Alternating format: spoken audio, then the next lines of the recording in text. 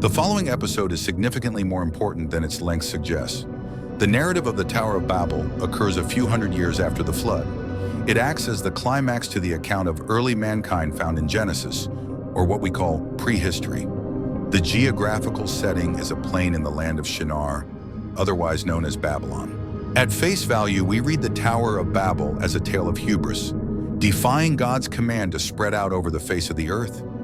Instead, a unified humanity decides to gather all its resources and build a great city with a symbol of autonomy in the form of a great tower that will reach the heavens.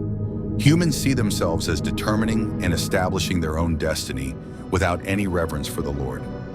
The Babel story also served as a polemic against Mesopotamian mythology.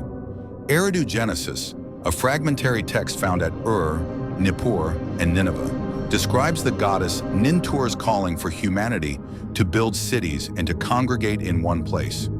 Her desire, according to this text, is that humans be sedentary and not nomadic.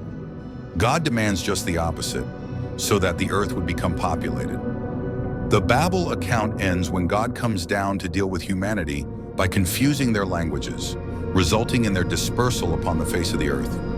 Below the surface, however, we're witnessing the conflict being established for the rest of the Bible. God becomes so frustrated with humanity that he gives the people what they want. Deuteronomy 32 tells us, "The people are scattered and their borders are assigned according to the number of the sons of God." Angels. Each nation is assigned to specific members of the heavenly host as placeholders. God has dispossessed humans and divorced them. The peoples of the earth are split up and given sons of God to rule over them. We know from Psalm 82 that this divine council fails in their responsibility as the peoples begin to worship their heavenly representatives as gods themselves.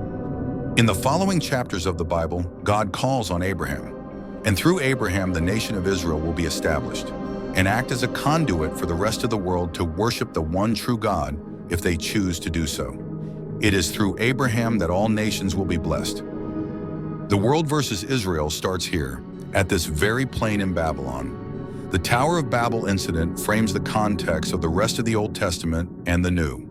"And on this rock I will build my church, and the gates of hell shall not prevail against it." Through the Messiah, Jesus Christ, God will move to take back all of the nations, ignoring the boundaries of the divine council to regather his human family.